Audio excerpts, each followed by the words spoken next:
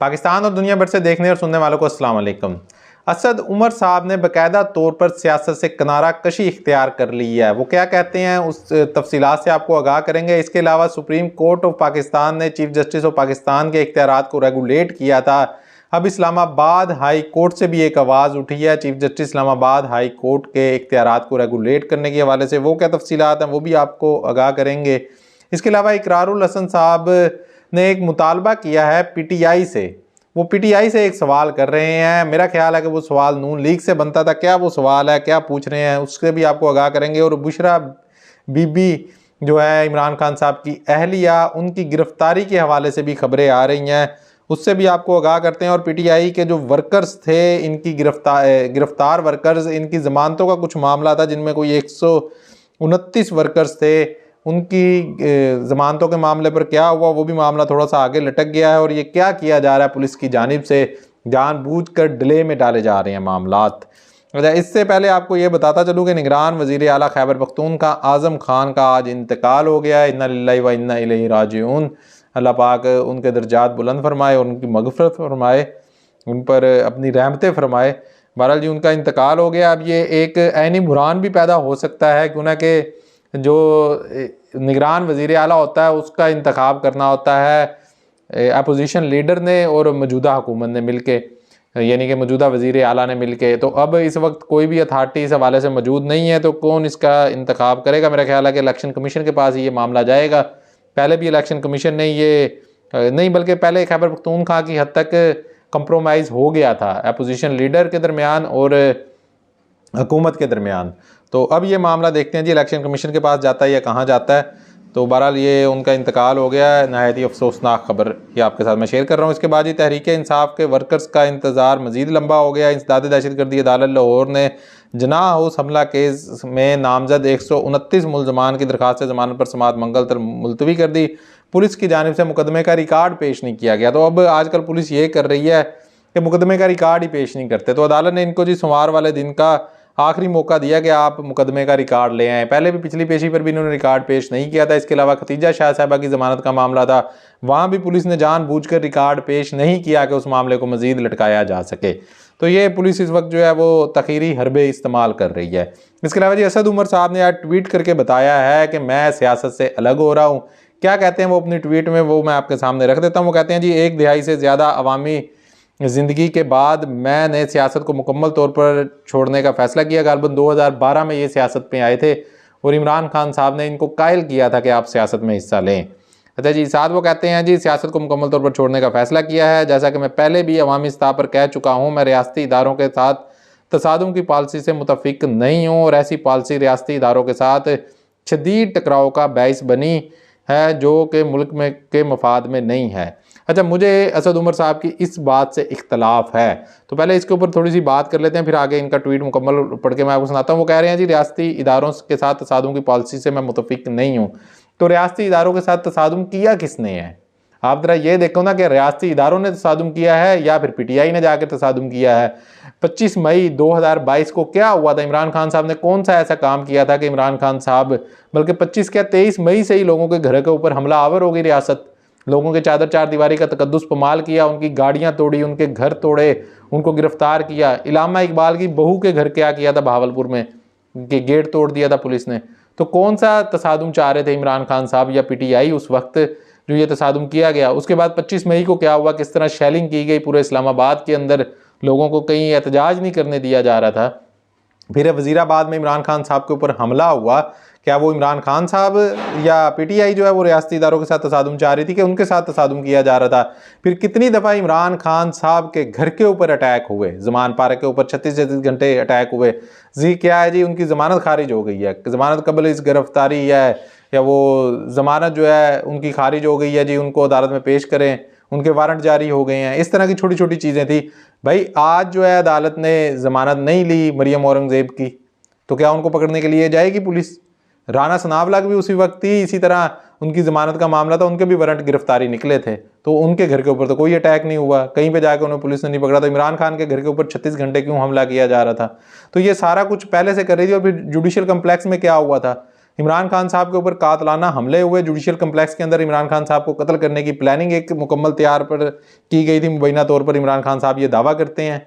इमरान खान साहब के ऊपर कातलाना हमला हुआ 25 मई 2022 से जो है ये रियासत पूरी तरह इमरान खान साहब के ऊपर, PTI के ऊपर हमला आवर थी।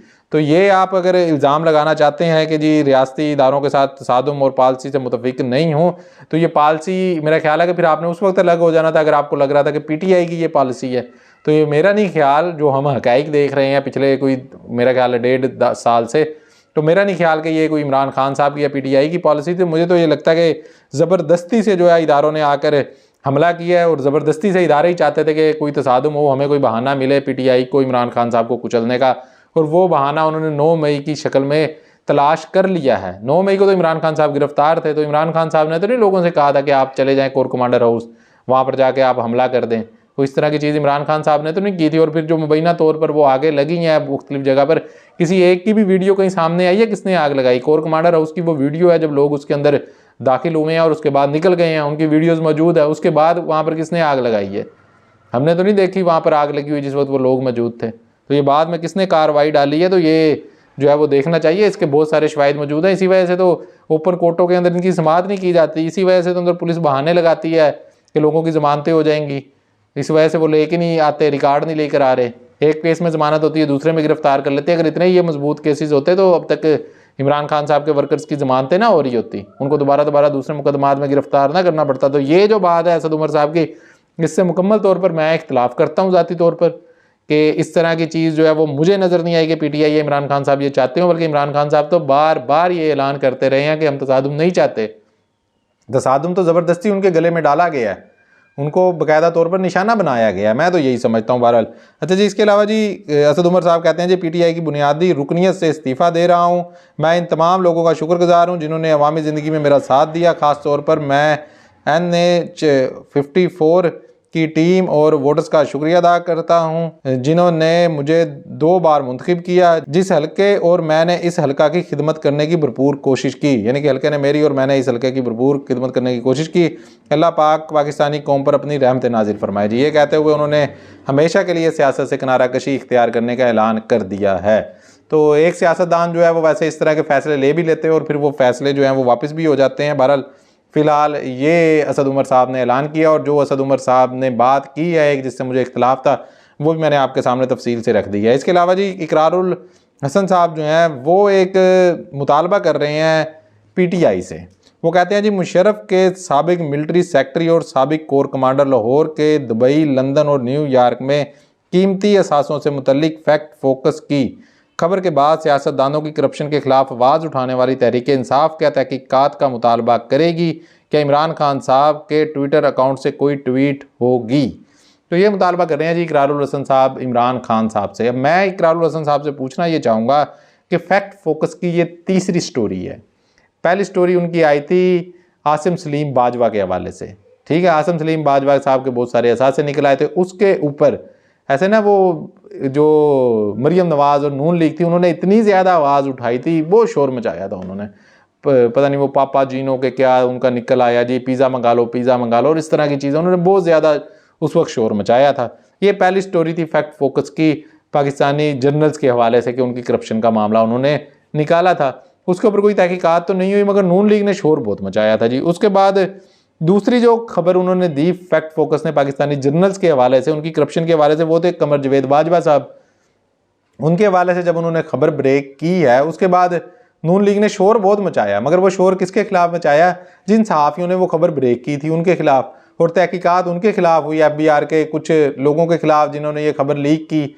फिर वो शाहिद असलम साहब एक सहाफ़ी थे, उनको गिरफ्तार किया गया। तो ये इनका शोर इस तरफ था, यानी कि कमर जवेद बाजवा के खिलाफ किसी ने कोई इंक्वायरी का मुतालबा नहीं किया, कोई एक लफ्ज़ उन्होंने इस्तेमाल नहीं किया, बल्कि उन्होंने क्या किया?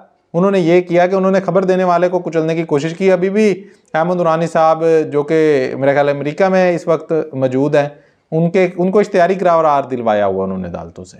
तो ये इन्होंने किया था। अच्छा, अब तीसरी स्टोरी जो निकली है वो निकली जी मुशर्रफ साहब के military secretary general Shafat Shah की। ये भी फैक्ट फोकस नहीं दी है, तो ये गुज़श्ता दिन उन्होंने स्टोरी ये ब्रेक की है। तो मेरा ख्याल है इकरारुल हसन साहब को तो मुतालबा करना चाहिए था नून लीग से कि आपने पहले वाले पर तो बहुत शोर मचाया था, पहली स्टोरी पर, दूसरी स्टोरी पर आपने शोर तो मचाया मगर वो शोर आपका दूसरी जानिब था कि खबर देने वालों के खिलाफ आप शुरू हो गए। अब तीसरी स्टोरी पे आपने क्या करना है, ज़रा ये तो बताएं ना कि आप कोई कार्रवाई करेंगे। हुकूमत इस वक्त किन की है?